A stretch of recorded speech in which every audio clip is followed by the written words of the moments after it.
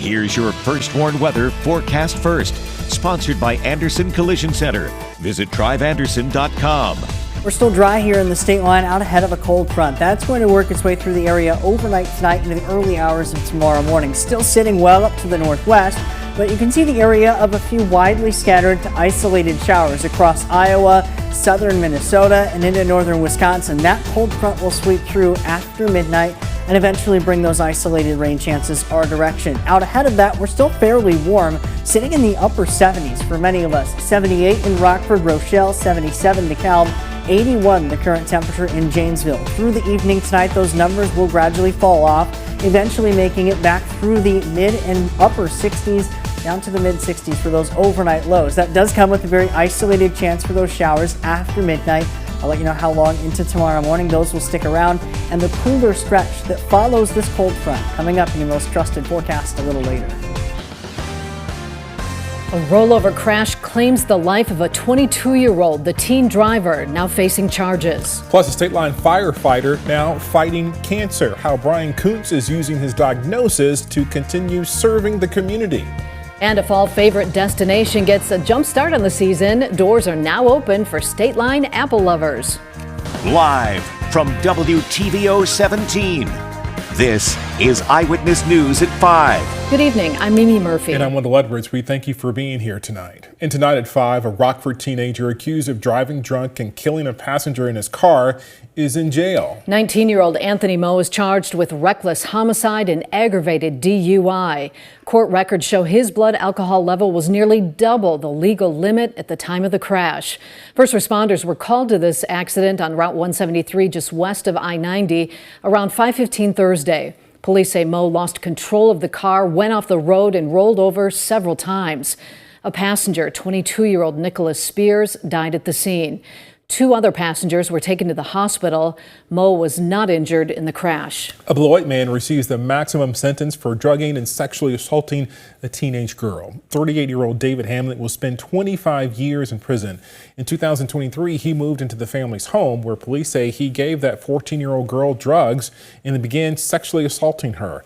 The girl ended up pregnant. Hamlet pleaded guilty earlier this summer. The teen was at today's sentencing hearing. The judge praised her courage for coming forward to tell her story. Eyewitness News is committed to supporting survivors of sexual and domestic violence. We have a list of resources here in our community. Just use our website, mystateline.com, and click on the State Line Strong tab. Dixon police give an update on a missing man. The body of David Dykema was found in Whiteside County earlier today. He was last seen in Dixon Monday morning. Police have not commented on his disappearance or cause of death. Dykema was 52 years old. Police investigate a car fire outside a Rockford business overnight. Around 1 a.m., firefighters responded to the 2-wheel inn on Auburn Street. Crews got the fire under control within 15 minutes. According to a post on social media, no one was hurt, and the bar is open for regular hours today. A state line firefighter who has served our community for more than 40 years is now in a fight against cancer. North Park Fire Deputy Chief Brian Kunce was diagnosed with stage 4 colorectal cancer. Eyewitness News reporter Blake Dietz sat down with Kunce. And Blake, he's using this diagnosis to still serve the community? Yeah, serving and educating are 2 things Brian Kunce says keep him going every day. So instead of focusing on his illness, he's thinking of how to use it to benefit others. A kidney stone last February led to his cancer diagnosis in June. It's news that shocked his world, of course, but it hasn't stopped Kunce from his duties. Now, as he begins to prepare for chemotherapy next week, Kunce wants to continue to serve by using his diagnosis to educate and inform, something that he's always loved to do. I want to teach and mentor. I'm still learning everything that I'm dealing with on this. But I want to turn that around and amplify what I've felt that I've done for years is teaching and mentoring. I want to do this as well. A fundraiser is being held for Kunce at the Loves Park VFW on October 11th. You can hear more from our conversation in the full story at 6. Wendell. We'll see you then, Blake. Thank you. The headstone for a state line historical figure gets some much needed care. Crews worked today to refurbish the grave of Stephen Mach today. He was the founder of the village of Rockton. He died in 1850. His body originally buried in Rockton's Phillips Cemetery before it was exhumed and moved to the area of Mach's original home here. That home is maintained as the Mach Town Living History Center, a historical museum itself. The decision to restore the headstone began about 3 years ago. We had a Mach family reunion here, and the families that attended noticed the stone was broken and had been repaired many, many years ago. So to that end, everybody talked about it. Finally, somebody said, let's see what we can do. The Mach Town Living History Center sits on the grounds of the Winnebago County Forest Preserve. The Powerball jackpot is at its highest level in over a year, and to celebrate, the Illinois Lottery let some lucky players get inside their ticket grab machine. Crowds lined up in the Valley Produce parking lot for a chance to play. Right now, the jackpot sits at $700 million. Rockford residents all have different dreams of what they'd do if they are the lucky winner. I would pay off all my bills, help out my son, my friends, and then I would go live on a beach. I would give a big old donation to the Rockford Ravens Rugby Club here in Rockford. What would I do? I'll give it all to my granny and my kids. The next Powerball drawing will be held this Saturday, tomorrow at 10 p.m. A local animal shelter wants to find new owners for dozens of cats and dogs, and they need your help. Day one of Winnebago County Animal Services Clear the Shelter adoption event just wrapped up at 4:30. Adoption fees for pets 6 months and older are waived during this event. The shelter is hoping to clear space as it is at critical capacity again. And with every time we open up a space for an animal that gets adopted or is able to find a happy outcome here, that makes room for another pet in need in our community. So we're just hoping that that kind of helps shine that spotlight on that. It's important that people keep an eye out. I think whenever we waive those fees, it just puts a spotlight on those animals, and hopefully that's a little bit of money in people's pockets that they can save towards putting towards that pet and their care. Another adoption event will be tomorrow. The adoption fair is from 11 a.m. to 3:30 p.m. Well, it's not quite fall just yet. A popular autumn destination is now open for the season. Edwards Apple Orchard welcomed the public today. Both of its locations in Poplar Grove and Winnebago are now open. They're serving up their classic donuts and apple cider. Apple picking won't start until next month, but they do have a few varieties available for purchase. Both locations are open daily from 9 to 6.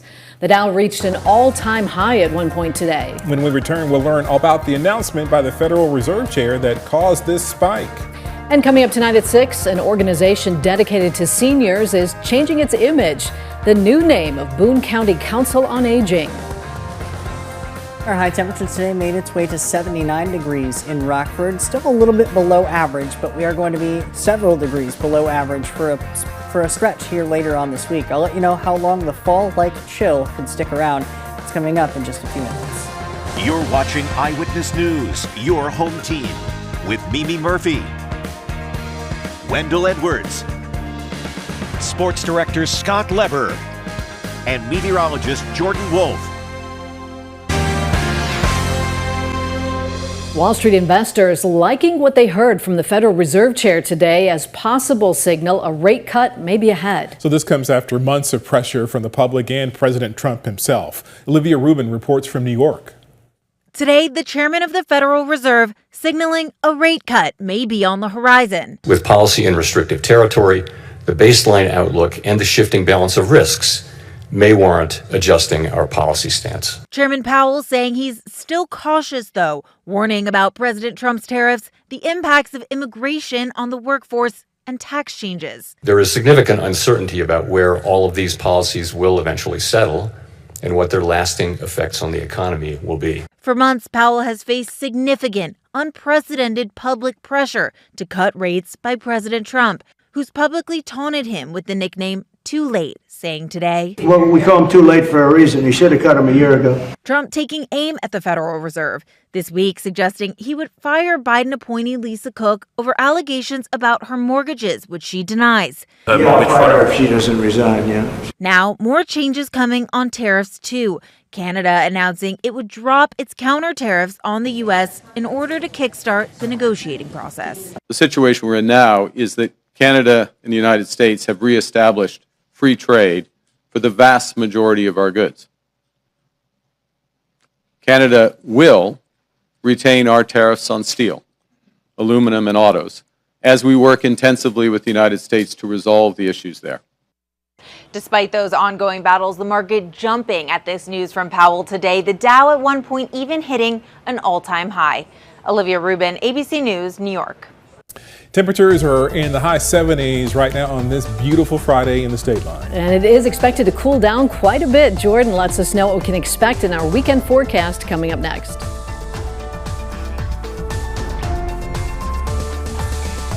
Now, your first warn weather forecast from meteorologist Jordan Wolf. It's a nice late August day here in the state line as our temperatures made its way close to that 80-degree mark, topping out at 79 in Rockford. We're now sitting at 78 there, as well as in Poplar Grove and in Rochelle.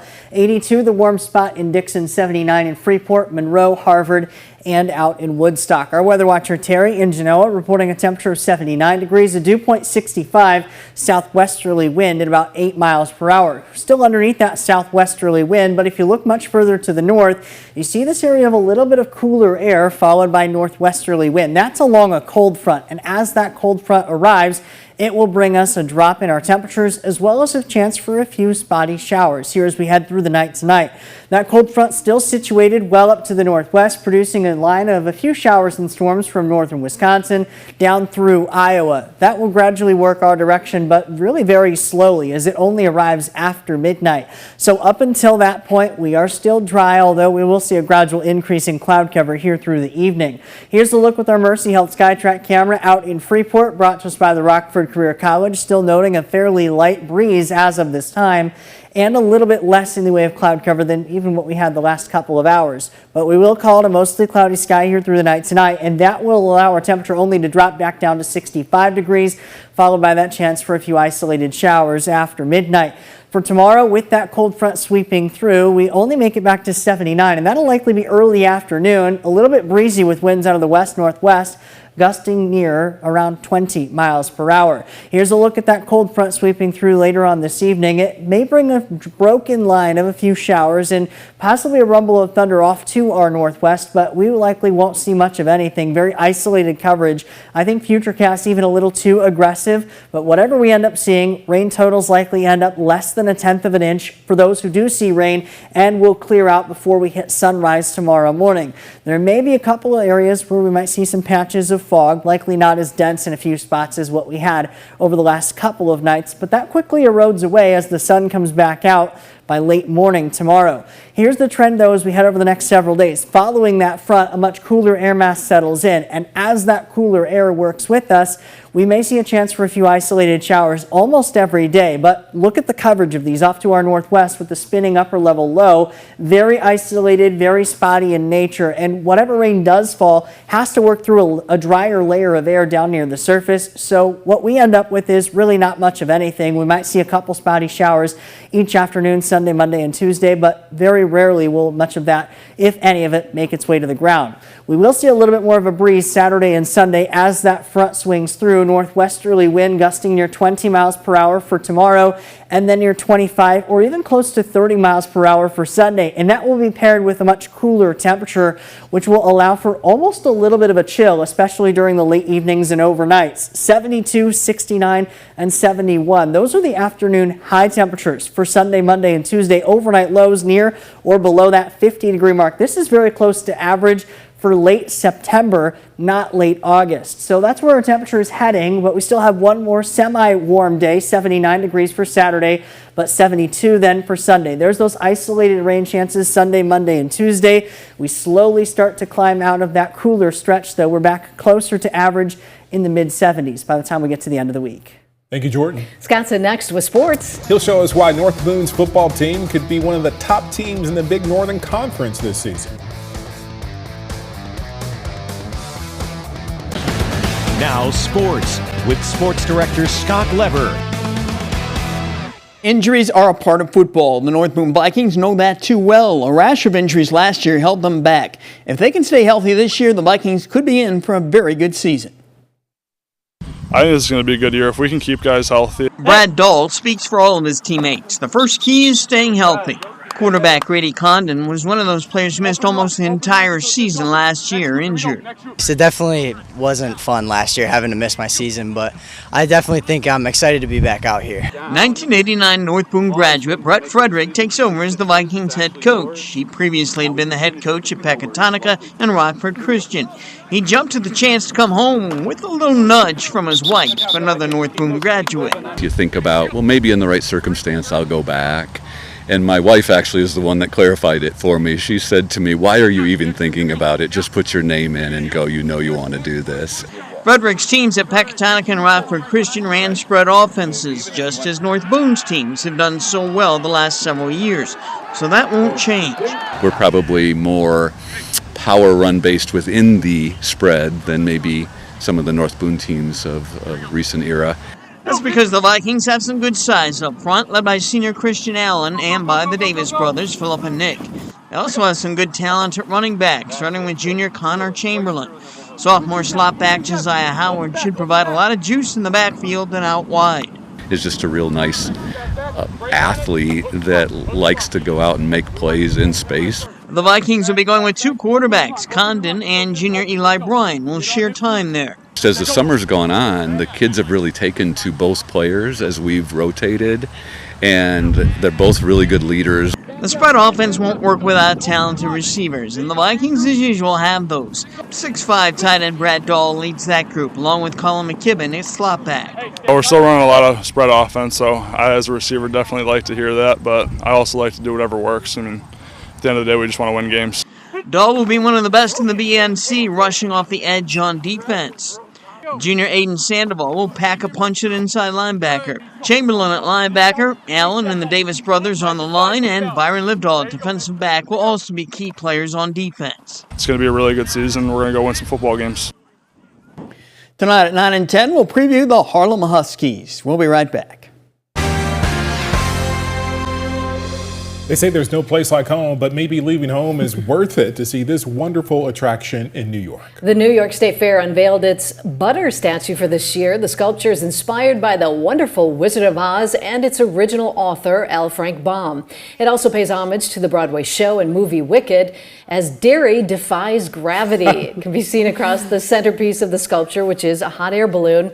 Inside, a cow sits with its own version of ruby slippers in the form of its red hooves. Very cute. Creative. I like the cow and butter touch. Yeah, I like it. Very nice, very nice. Our weather's going to be very nice. Yeah, nice touch to the 7-day forecast. Temperatures are going to be quite a bit cooler as we head over the next several days. This cold front tied into a lot of that First Warn interactive radar from Rockford Glass and More will drop our temperatures back down quite a bit starting on Sunday. Along that, we still have a few isolated shower chances here into the night tonight, likely ending by the time we get to tomorrow morning. Still 79 degrees for Saturday, but 72 and low 70s for a few days. Thank you, Jordan. And thanks for joining us. We'll see you at 6.